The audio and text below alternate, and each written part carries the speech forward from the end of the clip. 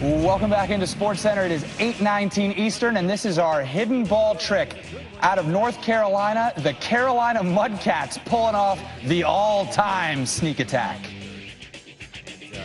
Ursig still has the ball in his glove, and time has not been called. Tucker hasn't stepped off the bag yet. Ursig is waiting. The umpires are letting this play out.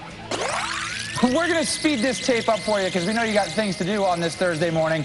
But rest assured, it took a while for the Mudcats to get the Buies Creek Astros Kyle Tucker out.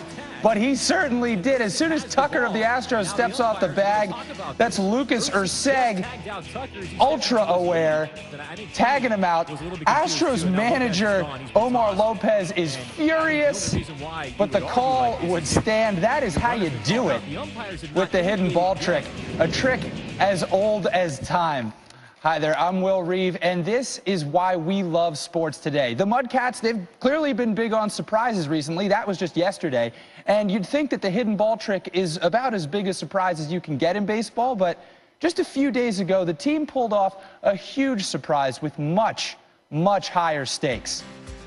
This is Carly and Cameron Daigle. They're heading out thinking they're part of a VIP experience with the Mudcats, getting to throw out the first ball. And they certainly were two lucky fans, but not for the reasons they thought. You see, the catcher they're throwing to turns out to be someone very special. Tonight we have a special Mudcats player catching those first pitches.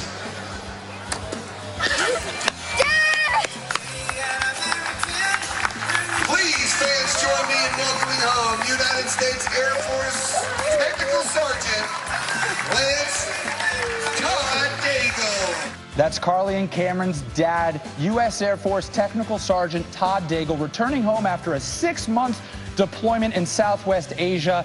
He surprised his kids on the mound, and we are honored to be joined this morning live by the Daigle family here on SportsCenter AM. Carly, Cameron, Todd, and Emily, thank you guys so much for joining us. And we'll start with you, Technical Sergeant. What exactly went into planning this surprise? Well, my wife and one of our friends basically came up with the idea, and I contacted the Mudcats, and they got back with me right away, and they said, hey, we'll do whatever we need to do, and just let us know exactly when you're coming home. So after a while, when I finally figured out when I was coming home, they set up the day, and from there, they did everything. Kids, when did you think your dad was coming home? The 3rd, yesterday. So he came in earlier than expected. And Carly, I understand, what exactly did you think you guys were getting into when you were going out to throw the first pitch? I don't know. I thought it was a joke at first, like whenever we first got the letter, because we got it on April Fool's Day. So it was funny, but I thought it was cool. I didn't know that anything was going to happen at all. Well, it was certainly no joke, and it was a very emotional moment, clearly, for those of us watching. I want to know what it was like for you being there. Cameron, one of the most emotional parts of the video that we've seen is when you realize who the catcher is. What sort of emotions were you feeling when you realized it was Dad? I was happy, and I was, like, super surprised. And, yeah. Yeah, I mean, I would be too. Dad had been away for a long time. What did it mean to you to see him, especially when you weren't expecting it? Like, it was very shocking at that moment. And then... Yeah, man.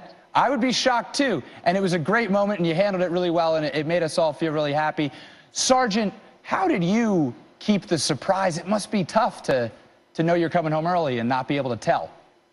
Yeah, it was tough keeping the surprise, because every time when I was talking to my wife, most of the time we were on speakerphone, on FaceTime or whatever, and, you know, the kids were always around, and I almost got caught up a couple times saying, you know, different things here and there, and she's like, shh, shh, shh. And so it was tough. In fact, my oldest son, who lives in Texas, he kind of called me on it. He said, I think I know what's going on. But sorry, I mean, it's bad he wasn't able to be there, but, you know. Emily, what was it like for you watching your kids head out onto the field, knowing what was about to happen? Oh, it was amazing. Like, I couldn't ask for anything better. That's exactly what I wanted, was the looks on their faces to know that he's home. And I don't know, it was everything we can ask for. What did it mean to you when the cameras went away for you all to be together finally again? Oh, it was nice. It's good just to, I got to see him every now and then on FaceTime or whatever, but just being home with them and being able to hold them and hug them and just hang out watching TV or go ride bikes or anything, it's awesome to be home. What's next for the Daigle family now that you're back? Just he's back into life, My wife's been doing everything since I've been gone. She's been handling everything, so it's kind of just like me trying to ease back into things and, Well, but, yeah, I just wanted to, we never expected it to be this big. We did it just for the kids, and for it to get this much play and stuff, it's amazing. But, just wanted to thank all the service members, present, past and present, because without them, this wouldn't be possible. Absolutely. Hopefully no more surprises, and if there are surprises, may they be of this variety. Thank you so much for your service and for joining us, Technical Sergeant Daigle and family. That is why we love sports today. There will be more SportsCenter AM coming up right after this.